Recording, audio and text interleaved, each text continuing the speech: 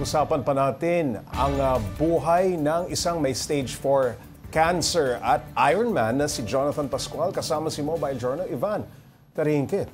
Aba, Ivan, yung itsura ng pangangatawan niya, hindi mo isiping may cancer ito, no? Mukhang active naman ang lifestyle nitong si Jonathan, pero naikwento niya ba ang posibleng sanhi ng kanyang rare daw na cancer? Actually, Pops, hindi ito yung first time na magkaroon ng ganitong sakit. Ito si Jonathan. No? Back in 2007 kasi, natanggalan na rin siya ng tumor sa kanyang brain. No? So, based doon, meron na siyang history. Na may medical history na siya na possible nga na talagang madali siyang tamaan ng ganitong sakit. No, Pops J. Pero, yun nga, Pops J, no, bilang isang medical practitioner, no, parang dahil napag-aaralan niya rin yung kanyang bakit ganito ganyan. Kaya nga actually bago niya pa daw sabihin sa kanya ng doktor na ganito yung kanyang disease, may feeling na siya.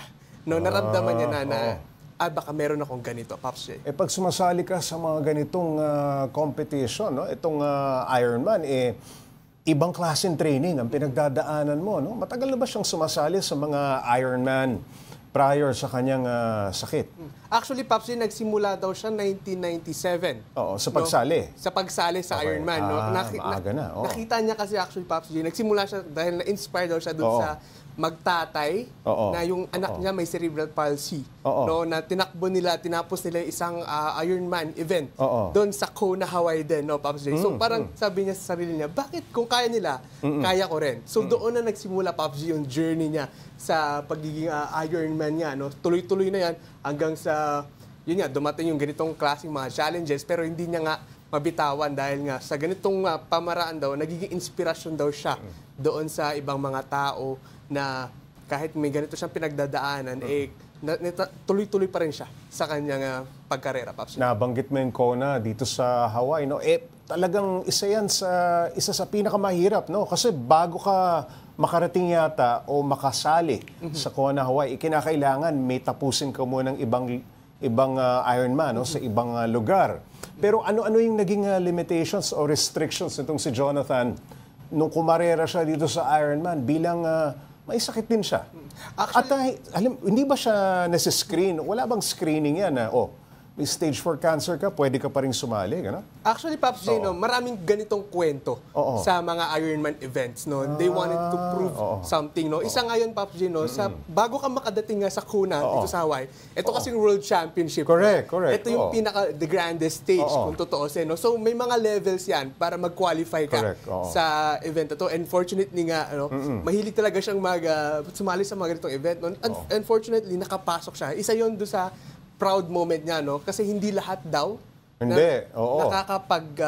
nakakatapos na Ironman event, lalo na sa Kona. So, buti na lang daw, Pops J, no, habang nandito sa may course dito, sa may Kona, dati kasi siyang tumira sa Hawaii. No? So, may pamilya. So, mas kabisado niya yung tubig, no, Pops J. Isa kasi yun doon sa pinaka-struggle niya sa mga leg. Home court advantage siya para sa kanya. Alam niya yung mga galawan. Pero yun nga, Pops J, no, pag lumalaki kasi siya, nahihirapan siya huminga, no, restricted yung oxygen na dumadaloy sa katawan niya, no? Dahil doon sa kanyang rare na cancer. Dahil doon, no, Pops J, no? Kaya usually daw napupuno yung ulo niya ng kwento niya nga pagtapos niya ng swim, laging purple na yung mukha niya, no? So ganon ka pinapahirapan ng sakit niya yung kanyang target na makatapos nga nung Iron event na to, Pops J. Bago sumabak sa Ironman event, Ivan, ano ang reaksyon ng pamilya nitong si Jonathan? Pops J, napaka-supportive ng family ni Sir Jonathan. No? Ever since naman kasi talagang sumasali na talaga itong si Sir Jonathan sa mga ganitong events. Especially nga, nakwento nga sa akin, Pops J, ni Sir Jonathan, kasi simula pa lang nung diagnosis niya, no, habang nagtitraining daw siya for an event, tinutulungan siya nung anak niya doon sa swim part, no? Nakatali siya doon sa anak niya, doon sa parang naging buwi niya. Yung anak niya para lang may support siya, hinihila siya, Pops J, na habang lumalangoy.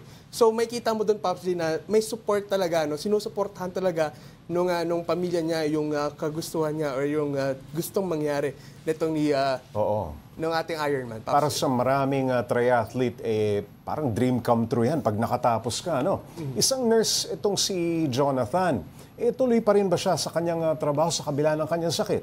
Actually, Pops J, isa yun dun sa wini-weigh-in niya this time. No? Dahil nga, triathlete siya. Tinanong ko siya, actually, Pops J, Sir, paano mo napagsasabay ito? Siyempre, meron kang disease na nilalabanan. You're a medical professional. Correct, oo. Tapos, triathlete ka pa. No, sabi niya, it's my purpose kasi. No?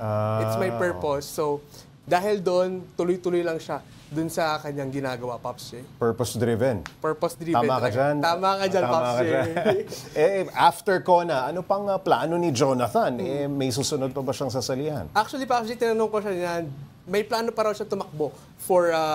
Hindi naman eleksyon. Hindi naman eleksyon, Pops J. Okay.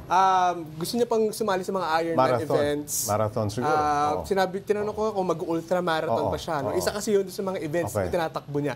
So sabi niya, possible pa yan and hindi daw siya titigil hanggat kaya pa niya. Grabe. Okay, maraming salamat, Mobile Journal Ivan Parinque.